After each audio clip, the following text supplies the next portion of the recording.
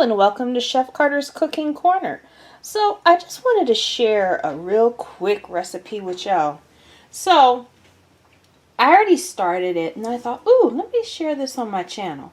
So basically what I did was I have these small sweet potatoes and small potatoes, and I basically took about 2 teaspoons of oil and salt and pepper to taste. Well, I use seasoning salt, and I tossed everything in it. I'm about to put it in a 400-degree oven, and I'm going to check them after 30 minutes since they're kind of small, but I'm going to guess it's going to take about 50 minutes for these to cook in the oven. So let me go ahead and get those in the oven, and I'll be back once they're done. Alright, so here they are. I cooked them for about an hour, which is sufficient for this size potato.